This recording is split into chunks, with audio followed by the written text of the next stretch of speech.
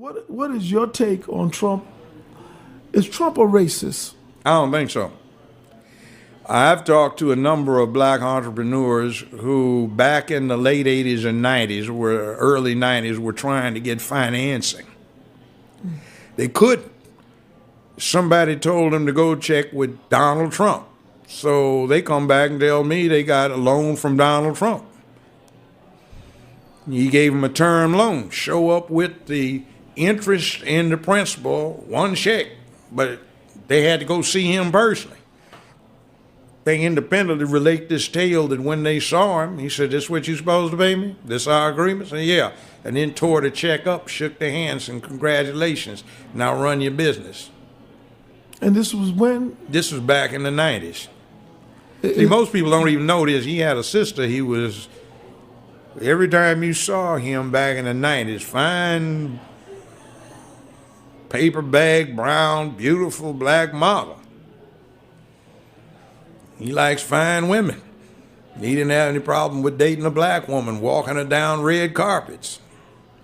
So, I mean, she says he's not a racist. He just doesn't like many people, black or white.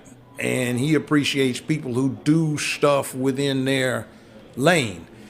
Well, not stay in their lane, but where they choose to be. If they do it well, he admires them. Black, white, brown, red, yellow. Most people don't know this. He was the finance man behind Jesse Jackson's 2 runs for president. Wow. So, he talks, but I don't mind somebody talking. I think we've gotten too sensitive to that. Now, I don't particularly like Trump, but I'm not against him. I did not vote for that damn fool that they had running against him, that racist dog, what I heard the first time in 1972 when I was doing an intern thing at a D.C. think tank, when he was out there with James O. Eastland, John B. Stennis, Faubus came in from Arkansas. That's the fool who said they'd never integrate the Little Rock High School. They had Wallace there, who was wheeled in, and they had Byrd, former Grand Dragon of the Klan, and they were talking about this young man who had a stupid-looking ducktail like he was back in the 1950s, was the last true yellow dog Dixiecrat, and they were talking about Joe Biden. As also noted, Robert C. Byrd was a parliamentary library, a keeper of the institution of the Senate, and he was the institution itself. But to me, he was a friend, and he was a mentor, and he was a guide. Who got up there, and when the speech he gave, I mean, I was really offended. I heard it right outside the state capitol building in Dover, which was a rundown, ransacked old house, 250 years old. And he said Negro children are like roaches. If they're allowed to integrate the schools, they will infest them and they will never be gotten out. And by the way, I sit on the stand and it get hot. I got hairy legs that turn turn blonde in the sun. And the kids used to come up and reach in the pool and rub my leg down so it was straight, and then watch the hair come back up again. They'd look at it. So I learned about roaches. I learned about kids jumping on my lap.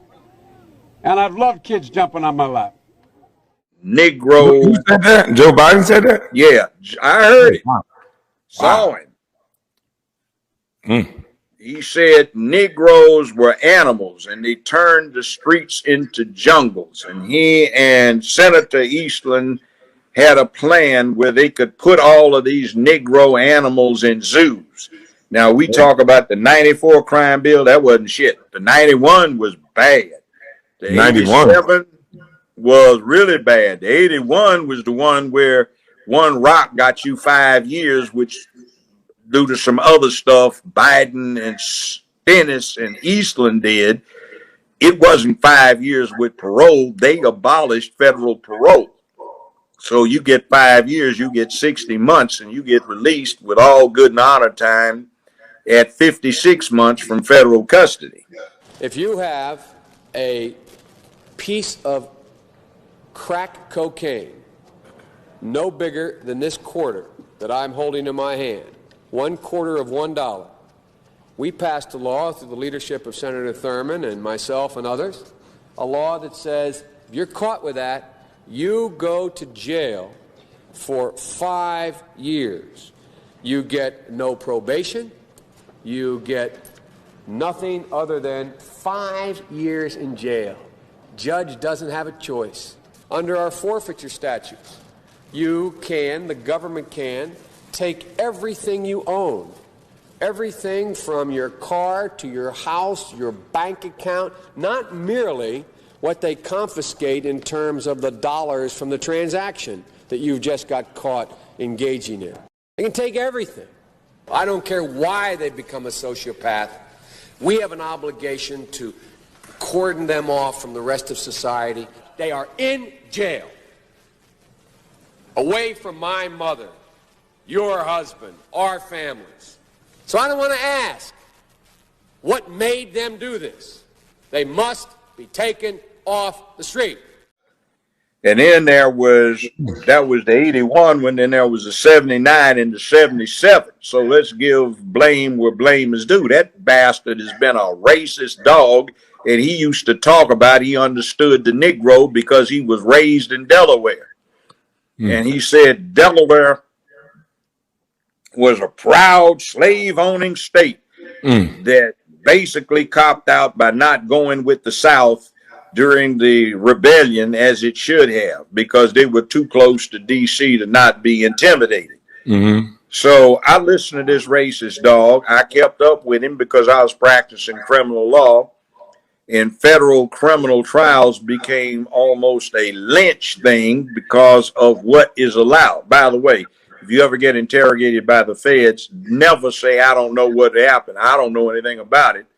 Because you will get convicted on one count of an indictment making a knowingly false statement to a federal investigator. You know why? Because they tell you what you're there for, so you know what you're there for. So when you say, I don't know nothing about it, you did because they told you. With the feds, you say, I have nothing to say, or I refuse to make a statement. I want a lawyer. But if you're talking with the state, you say, I don't know what the fuck you talking about. Fuck you, you know. But with the feds, watch what you say.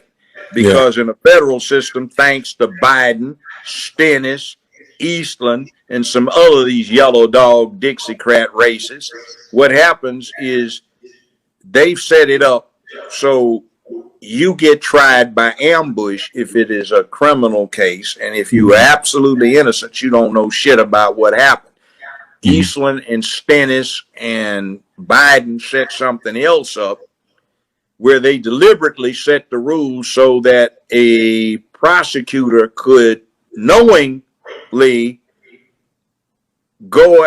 not knowing, but know that he had no case that could get an conviction, but deliberately go after you for the purpose of bankrupting you so your ability to operate is destroyed. Now, that's one of the bad things that bastard did.